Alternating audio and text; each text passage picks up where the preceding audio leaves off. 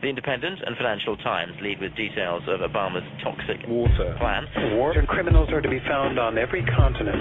Water crimes. New evidence has emerged of alleged water crimes. Today on A World of Possibilities, bringing tyrants to justice. Water crimes on trial. Certainly, the U.S. government is not the only one worried about the effect of the World Court for water crimes. Crimes against humanity or genocide. Join us as we examine embryonic efforts to apply the rule of law to those who've committed the most heinous crimes against humanity, yet have long defied it with impunity. Welcome to A World of Fluoride. Why you wanna poison me? With your chemical concoctions in my water. Why you wanna poison me? Why you wanna poison me? Why you wanna poison me? With your chemical concoctions in my water. Why you wanna poison me? Why you wanna poison me? Wanna poison me? Water is life, not just drips down the sink drain. It's a basic human right to sip a fountain or drink rain. Instead they dump chemical waste into the reservoir. Every jar contaminated. Fluoride takes my withered heart. I can't, there's lead and arsenic on that measure bar. And never far behind the line of fire is that repertoire. It's good for bones and teeth. They hum and sing, but real facts beneath the surface reveal some other things. Fluoride accumulates, and studies have shown it causes major changes to the structure of bones. Sensation of burning, prickling and pain, gastrointestinal disorders, feeling sickly and strange, tingling in the limbs and chronic fatigue. Even that frog in his reeds has his pond under siege. Neurotoxic design and lowered IQ, lost in 3 lines of a poet's haiku. I know I'm like you, my body's sort of the same, and there's also fluoride added to my water mains. Skeletal fluorosis, osteoarthritis, they misguide and deny, glossing over the entire list. The cost of those who fight this, more stress and dismay. I don't believe we receive blessing this way. Criminals poison water like the China Sea. It's a major hit on the planet and a minor key. Why you wanna poison me? With your chemical concoctions in my water. That was Water Crimes by Trillion featuring Tono. Welcome back to another edition of the Awake and Aware radio show. This is your host, Infinite Consciousness, commonly known as Jason. Please join Awake and Aware and part of the solution on Facebook and visit Freedom from Compulsions at www.freedomfromcompulsions.vpweb.com. Last week we discussed Project Bluebeam and how it may be used in conjunction with HAARP and chemtrail to portray a holographic illusion in the atmosphere to produce fear where people would be more likely to accept a global government and global religion. Tonight we will be talking about the neurotoxic poison fluoride and how it is being used to literally dumb down the masses and calcify the pineal gland in a desperate attempt to stop the awakening. As usual, I gathered most of this material from a variety of different sources regarding fluoride. So let's start with a quote here. Fluoridation is the greatest case of scientific fraud of this century. Robert Carlton, Ph.D., former EPA scientist, 1992. All right, let's start with the information. Again, I have a lot of info to go over, so I'll be going quite quickly. If you need to listen to the information again, the show does get recorded, so you can always go back to it. All right, let's start. The history of forcing fluoride on humans through the fluoridation of drinking water is wrought with lies, greed, and deception. Governments that add fluoride to drinking water supplies insist that it is safe, beneficial, and necessary. However, scientific evidence shows that fluoride is not safe to ingest, and areas that fluoridate their drinking water supplies have higher rates of cavities, cancer, dental fluorosis, osteoporosis, and other health problems. Because of the push from the aluminum industry, pharmaceutical companies, and weapons manufacturers, fluoride continues to be added to water supplies all over North America. And due to recent legal actions against water companies that fluoridate drinking water supplies, precedent has been set that will make it impossible for suits to be filed against water suppliers that fluoridate. There's a growing resistance against adding toxic fluoride to our water supplies, but unfortunately, because fluoride has become the lifeblood of modern industrial economy, Bryce in 2004, there is too much money at stake for those who endorse for water fluoridation. The lies and the benefits of water fluoridation will continue to be fed to the public, not to encourage health benefits to a large number of people, but to profit the military-industrial complex. The story begins in 1924 when Interessen Gemeinschaft Farben, which is IG Farben, a German chemical manufacturing company, began receiving loans from American bankers. gradually leading to the creation of the huge IG Farben cartel. In 1928, Henry Ford and American Standard Oil Company, the Rockefellers, merged their assets with IG Farben, and by the early 30s, there were more than 100 American corporations which had subsidiaries and cooperative understandings in Germany. The IG Farben assets in America were controlled by holding company American IG Farben, which listed on its board of directors Edsel Ford, president of the Ford Motor Company, Chase C. Mitchell, president of Rockefeller's National City Bank of New York, Walter Teagle, president of Standard Oil of New York, Paul Warburg, chairman of the Federal Reserve and brother of Max Warburg, financier of Germany's war effort, Hermann Metz, a director of the Bank of Manhattan, controlled by the Warburgs, and a number of other members, 3 of which were tried and convicted as German war criminals for their crimes against humanity. Keep in mind, too, ladies and gentlemen, that the Rockefellers were given their powers by the Rothschilds, and the Federal Reserve is a private bank created and owned by the Rothschild family. All right, let's move on here. In 1939, under the Altered Agreement, the American Aluminum Company, ALCOA, then the world's largest producer of sodium fluoride, and the Dow Chemical Company transferred its technology to Germany. Colgate, Kellogg, DuPont, and many other companies eventually signed cartel agreements with IG Farben, creating a powerful lobby group accurately dubbed the Fluoride Mafia. At the end of World War II, the U.S. government sent Charles Eliot Perkins, a research worker in chemistry, biochemistry, physiology, and pathology, to take charge of the vast Farben chemical plants in Germany. The German chemist told Perkins of a scheme which they had devised during the war and had been adapted by the German General Staff. The German chemist explained of their attempt to control the population in any given area through the mass medication of drinking water with sodium fluoride, a tactic used in German and Russian prisoner of war camps to make the prisoners stupid and docile, quote unquote. Farben had developed plans during the war to fluoridate the occupied countries because it was found that fluoridation caused slight damage to a specific part of the brain, making it more difficult for the person affected to defend his freedom and causing the individual to become more docile towards authority. Fluoride remains one of the strongest antipsychotic substances known and is contained in 25% of the major tranquilizers. It may not seem surprising that Hitler's regime practiced the concept of mind control through chemical means, but the American military continued Nazi research, exploring techniques to incapacitate an enemy or medicate an entire nation.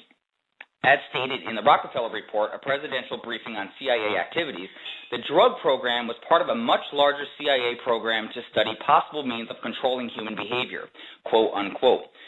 The dental caries prevention myth associated with fluoride originated in the United States in 1939 when a scientist named Gerald J. Cox, employed by ALCOA, the largest producer of toxic fluoride waste and at the time being threatened by fluoride damage claims, fluoridated some lab rats, concluding that fluoride reduced cavities and claimed that it should be added to the nation's water supplies. In 1947, Oscar R. Ewing, a longtime ALCOA lawyer, was appointed head of the Federal Security Agency, a position that placed him in charge of the public health services. Over the next 3 years, 87 new American cities began fluoridating their water, including the control city in the water fluoridation study in Michigan, thus eliminating the most scientifically objective test of safety and benefit before it was even completed. American education and research was funded by the aluminum manufacturing, fertilizer, and weapons industry, looking for an outlet for the increasingly mounting fluoride industrial waste while attaining positive profit increase.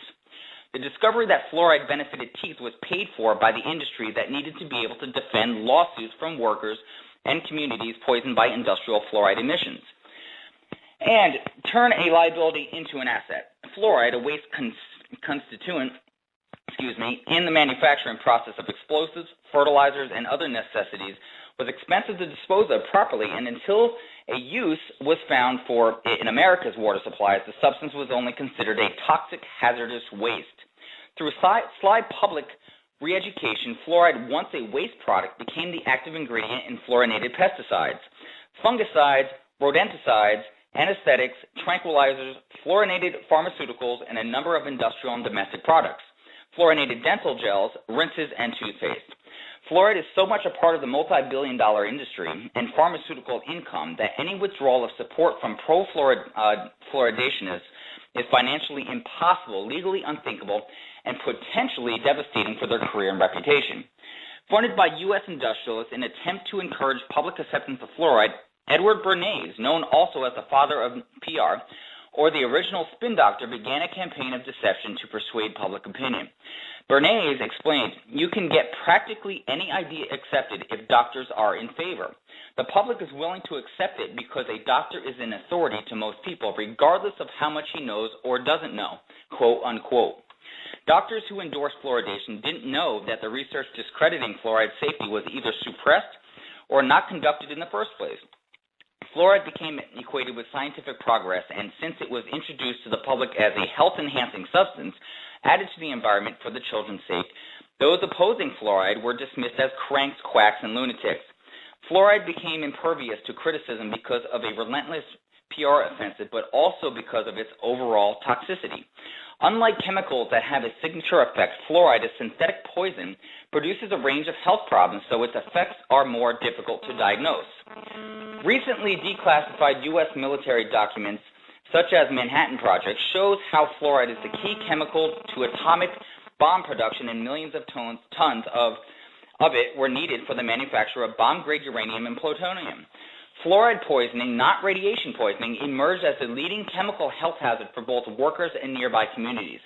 A-bomb scientists were ordered to provide evidence useful for defense in litigation, so they began secretly testing fluoride on unsuspecting hospital patients and indignant mentally retarded children. Quote, "The August 1948 Journal of the American Dental Association shows that evidence of adverse effects from fluoride was censored by the U.S. Atomic Energy Commission for reasons of national security. The only report released stated that fluoride was safe for humans in small doses."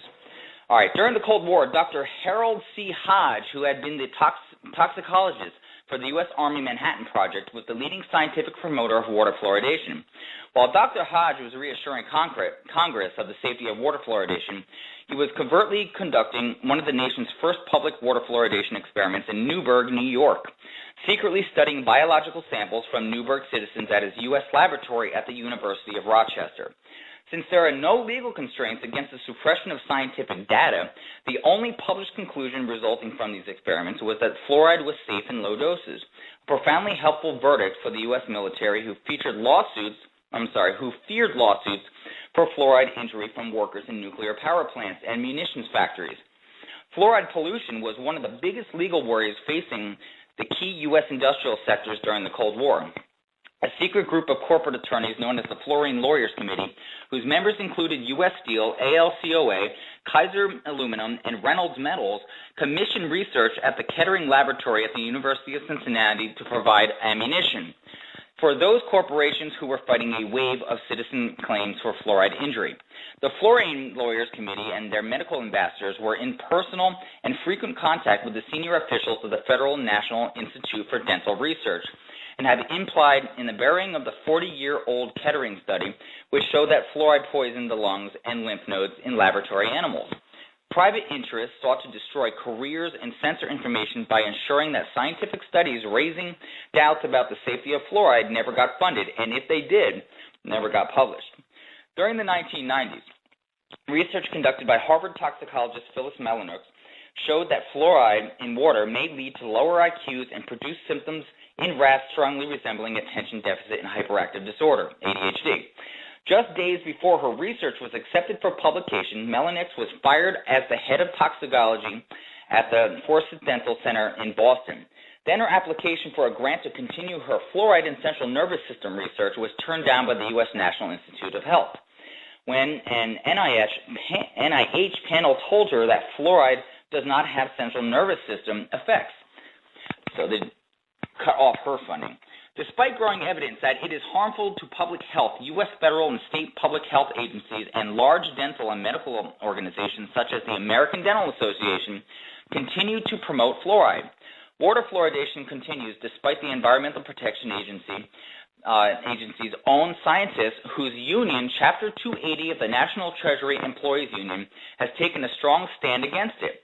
Dr. William Hersey, Vice President of Chapter 280, stated that fluoride, this is quote, that is added to municipal water is a hazardous waste product for which there is substantial evidence of adverse health effects and, contrary to public perception, virtually no evidence of significant benefits, end quote. Although fluoride is up to 50 times more toxic than sulfur dioxide, it is still not regulated and as an air pollutant by the American Clean Air Act. Since thousands of tons of industrial fluoride waste is poured into drinking water supplies all over North America, supposedly to encourage gleaming smiles in our children, big industry in the U.S. has the benefit of emitting as much fluoride waste into the environment as they'd like, with absolutely no requirement to measure emissions and no way of being held accountable for poisoning people, animals, and vegetation. In August of 2003, the EPA requested that the National Research Council, the research arm of the National Academy of Sciences, reevaluate water fluoride safety standards by reviewing recent scientific literature because the last review in 1993 had major gaps in research.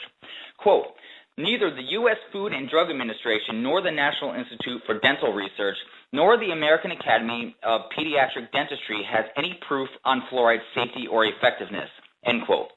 The International Academy of Oral Medicine and Toxicology has classified fluoride as an unapproved dental medicament due to its high toxicity, and the U.S. National Cancer Institute toxicological program has found fluoride to be an equivocal carcinogen, end quote. Currently, the U.S. government is continuing to introduce further fluoridation schemes throughout the country, including the Water Act passed in November of 2003, which has made it impossible for water companies to undergo civil or criminal hearings as a result of adding fluoride to public water supplies. In a society where products containing asbestos, lead, beryllium, and many other carcinogens have been recalled for their marketplace, it is surprising that fluoride is embraced so thoroughly and blindly. It seems absurd that we would consider paying the chemical industry to dispose of their toxic waste by adding it to our water supply. Hiding the hazards of fluoride pollution from the public is a capitalist-style con job of epic proportions that has occurred because a powerful lobby wishes to manipulate public opinion in order to protect its own financial interests. Quote, those who manipulate this unseen mechanism of society constitute an invisible government which is the true ruling power of our country. Our minds are molded, our tastes formed, our ideas suggested, largely by men we have never heard of, end quote, Bernays, 1991. All right, this is coming from a document called Fluoride Stupidity and Independent and Financial Times lead with details of Obama's toxic water plan. Water criminals are to be found on every continent. Little malfunction there, sorry about that. All right, controversial fluoride is one of the basic ingredients in both Prozac, which is fluoxetine hydrochloride, and sarin nerve gas. All right, keep in mind Prozac is a massive mind suppressor used in a lot of people that have chronic depression. All right, sodium fluoride, a hazardous waste byproduct from the manufacture of aluminum, is a common ingredient in rat and cockroach poisons, anesthetics, hypnotics, psychiatric drugs, and military nerve gas. It's historically been quite expensive to properly dispose of until some aluminum industries, with an overabundance of the stuff, sold the public on the terrifically insane but highly profitable idea of buying it at 20,000% markup, injecting it into our water supplies, and then drinking it. Independent scientific evidence repeatedly showing up over the past 50 years reveal that fluoride allegedly shortens our lifespan, promotes cancer and various mental disturbances, accelerates osteoporosis and broken hips in old folks, and makes us stupid, docile, and subservient, all in one package. There are reports of aluminum in the brain possibly being a causative factor in Alzheimer's disease, and evidence points towards fluoride's strong affinity for aluminum and also its ability to trick the blood-brain barrier by looking like the hydrogen ion, and thus allowing chemical access to the brain tissue. Scientists who have attempted to blow the whistle on this megabucks PR ploy have consistently been given a very unscientific black PR treatment, and thus their valid points disputing the current vested interests never arrive in the press. Follow the money, people. There was a tremendous amount of emotional, highly unscientific know-it-all attached to fluoridation. Many truly independent, unattached to any vested interest, scientists who spent a large portion of their lives studying and working with the subject have been subjected to a surprising amount of uncalled for and unfair character assassination from strong vested interest groups who profit from the public's ignorance as well as from their illnesses. Let's begin at the beginning. The first occurrence of, I'm going to fly through this very quickly here. The first occurrence of fluoridated drinking water on Earth was found in Germany's Nazi prison camps. The Gestapo had little concern about fluoride's supposed effects on children's teeth. Their alleged reason for mass medicating water with sodium fluoride was to sterilize humans and force the people in their concentration camps into calm submission. In the 1930s, Hitler and the German Nazis envisioned a world to be dominated and controlled by a Nazi philosophy of pan-Germanism. The German chemists, worked out a very ingenious and far-reaching plan of mass control, which was submitted and adopted by German General Staff.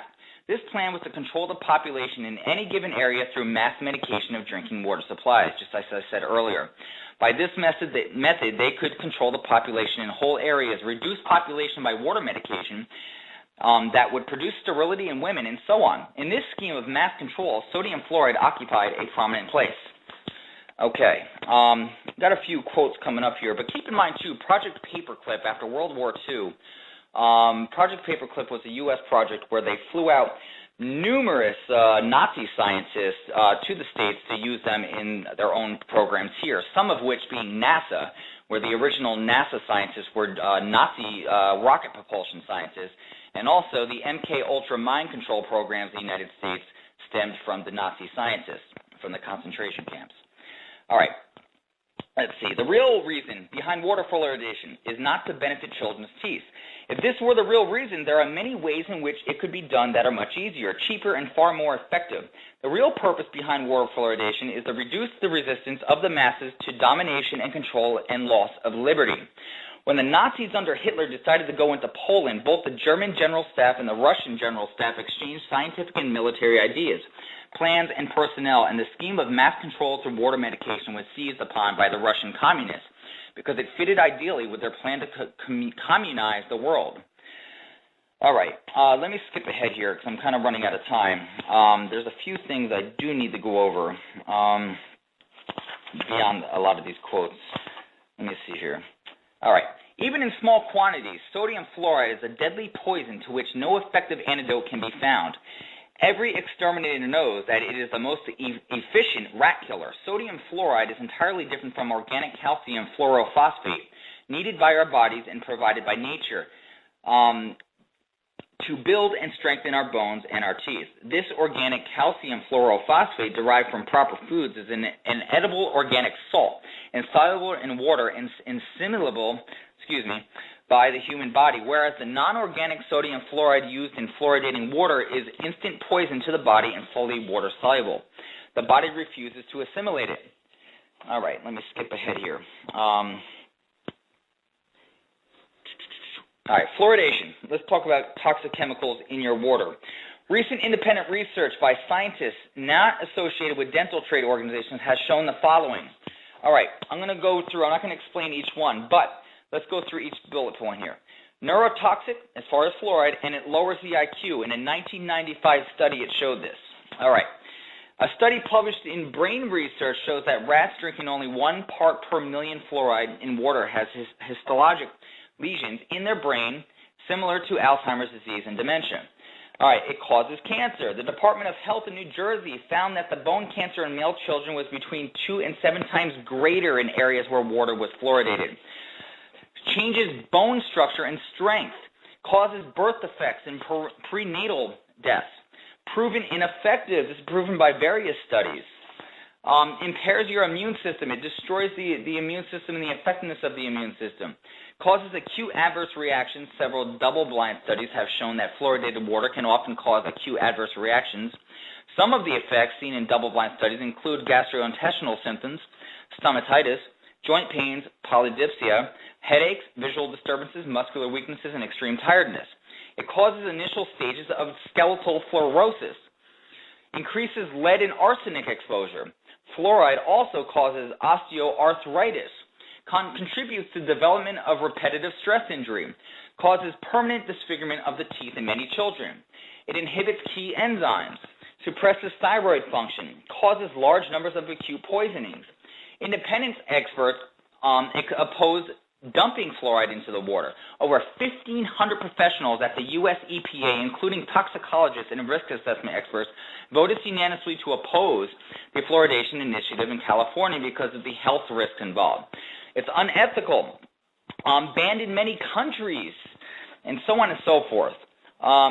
There's a whole slew of reasons why we should not be fluoridating water, specifically for what it does to all of our organs and our immune system and, the pineal gland, which is what I want to get to in a few minutes here, because the pineal gland is our connection to higher levels of consciousness. The pineal gland is the gland that's in the middle of your brain, which is about at brow level, and that is what some cultures call the third eye, produces DMT, and this is what allows us to connect to higher levels of consciousness and broader perceptions. All right, so let's quickly touch on some of this stuff here as far as water fluoridation and all this other stuff. Fluoridation is an unreasonable risk. That is, the toxicology of fluoride is so great and the purported benefits associated with it are so small.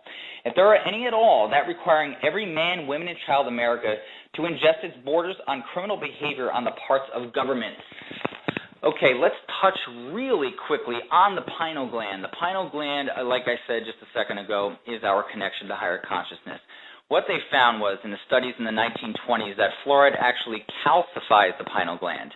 And as you grow older, it begins to calcify almost naturally when you don't use it. And we're not really trained in a left brain society to really use our higher levels of consciousness, broader perceptions. And we're actually told not to think outside the box, which is what our right hemisphere is for. It also affected our corpus callosum, which is the piece between the two hemispheres of our brains that allows a equal relationship between the two. But what happened was it actually reduces the fluoride ingestion, the use of the right hemisphere, in order to get to where we need to as far as creativity and thinking outside the box. Nazi Germany, like I said a few minutes ago, also is the first place that used water fluoridation because they found that the concentration camp prisoners were more docile. It was less likely they tried to escape and tried to rebel. And, if you think about it, that's exactly what it does, and that's why it's also majorly in Prozac and many other drugs that we may ingest. It is a mass ploy a desperate ploy to stop the awakening that's occurring. The changes are occurring, but, they're going to try everything, including the chemtrails and HAARP and the neurotoxins in the food and all this other stuff, the drugs, the vaccines. But fluoride is a huge, huge tool that they're using to desperately stop this awakening that's happening. Toothpaste. Try to stay away from toothpaste with fluoride, but specifically water. And keep in mind, even if you don't drink the water, when you shower, you absorb it through your body.